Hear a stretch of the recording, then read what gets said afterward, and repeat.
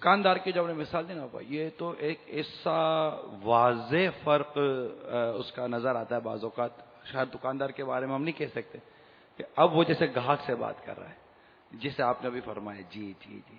اب اسی وجہ جب گاہک نے کہا نا کہ یہ چاہیے، اوئے چھوٹے او لیا، اب ادھر یہ بالکل ہاتھوں ہاتھ جو اس کا جو دو رخا پن جو ہے نا، دو انداز.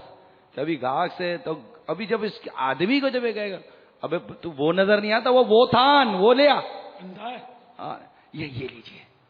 اب یہ فوراً یہ اتنی جلدی چینج ہے، ابھی کچھ ہے ابھی کچھ ہاتھوں ہاتھ ہے، بالکل ہاتھوں ہاتھ. مطلب وہ جیسے آپ فرماتے ہیں میں نوٹ کرتا ہوں، اگر نوٹ کرنے والا ہو اور اگر اس نے نیت کی ہوگا میں کسی بااخلاق دکاندار سے سامان خریدوں گا، شاید وہ تو کھڑا ہو کر چلا جائے گا، تھان دیکھے گا بھی نہیں.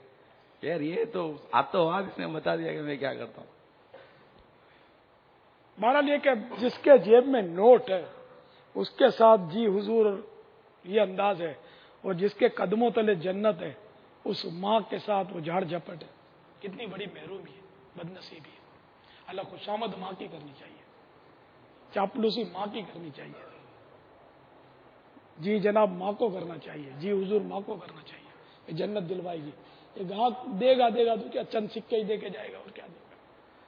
اور وہ بھی روزی کا تو اللہ تعالی رزاق ہے، وہ تو ہمارا ایمان عقیدہ ہے، وہ دیتا بھی ہے. لیکن ہم افسوس، چلو گاہک کے ساتھ بھی اس نے سلوک کرے، تو جیسے کہ ملازمین کے ساتھ بھی رویہ اس نے سلوک والا ہی ہونا چاہیے، ماں باپ کے ساتھ بھی اس میں سلوک کرے، عام اس طرح بھائیوں کے ساتھ بھی. ہر ایک کو اس کی کیٹیگری جو ہے وہ انزل الناس منازلہم کے پیش نظر کہ لوگوں سے اس کی منزلوں اور منصب کے مطابق سلوک کرے، پیش آئے. لیکن ہمارے پاس ایسا نہیں ہے، افسوس.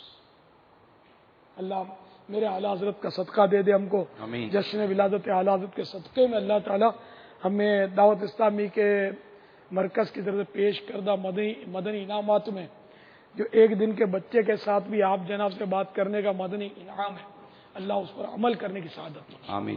بات چلی ماں کی، تو کیا اعلیٰ حضرت کا اپنی ماں کے ساتھ بھی ایسا انداز تھا اطاعت کا، فرما برداری کا، ماں کو راضی رکھنے کا، کچھ ایسا انداز؟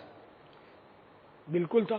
جب وہ حج کے لیے جا رہے تھے، ایک حج تو کر چکے تھے، فرض ادا کر چکے تھے، دوبارہ جب جا رہے تھے تو ماں سے اجازت لینے کے لیے حاضر ہوئے. فرماتے کہ میں نے قدم بوسی کی ماں کی، قدم لیٹی ہوئی تھی امی، قدم بوسی کی، اور پھر میں نے عرض کیا کہ میں سرکار میں حاضر ہو رہا ہوں، بارگاہ رسالت میں مدینے جا رہا ہوں. تو ماں نے دعائیں دے دی. تو میں پھر الٹا چلتے ہوئے اپنے کمرے سے نکل گیا. ایسا جو یاد پڑتا ورز کر رہا ہوں. تو اس کا مطلب ہے کہ امی کو پیٹھ نہیں کرتے تھے اعلیٰ حضرت، ہے نا. یہی آپ میں سے کسی نے پڑھا ہو یہ واقعہ میں عرض کر رہا ہوں کہ میں الٹے قدم پلٹ آیا، غالباً اس طرح لکھا ہوا ہے، کسی کو بھی یاد نہیں ہے ملفوظات میں. اعلیٰ الٹے چل کر، تو اس سے پتہ چلا کہ ماں کو اعلیٰ حضرت پیچھ نہیں کرتے تھے. ہم تو ماں کو بولتے ماں پیٹھ دبا دیتا، پوری پیٹھ سونپ دیتے. ماں اسی لیے رہ گئی ہے. ہاں تو ماں کے قدم نیچے جنت ہے.